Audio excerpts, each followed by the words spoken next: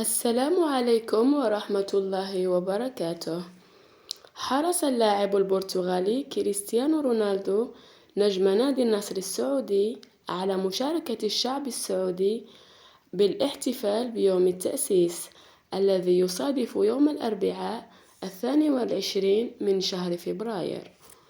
ونشر الحساب الرسمي لنادي النصر من خلال حسابه على تويتر فيديو للاعبي الفريق، وفي مقدمتهم كريستيانو رونالدو والبرازيلي تاليسكا. كما قام النجم البرتغالي برقص العارضة، وهي رقصة تقليدية سعودية، وشرب القهوة العربية.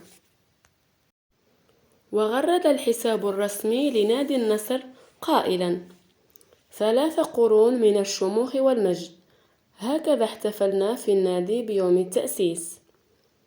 وتفاعل الجمهور مع الخبر والصور التي تم نشرها من الحساب الرسمي للنادي، وعبر المغردون عن فرحهم بارتداء النجم البرتغالي للزي التقليدي للمملكة.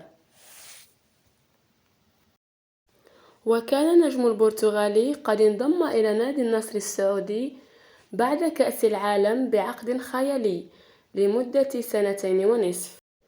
وكان اللاعب البرتغالي قد دفع فريقه لصدارة جدول ترتيب دوري روشن برصيد 40 نقطة بفارق الأهداف عن ناديي الاتحاد والشباب.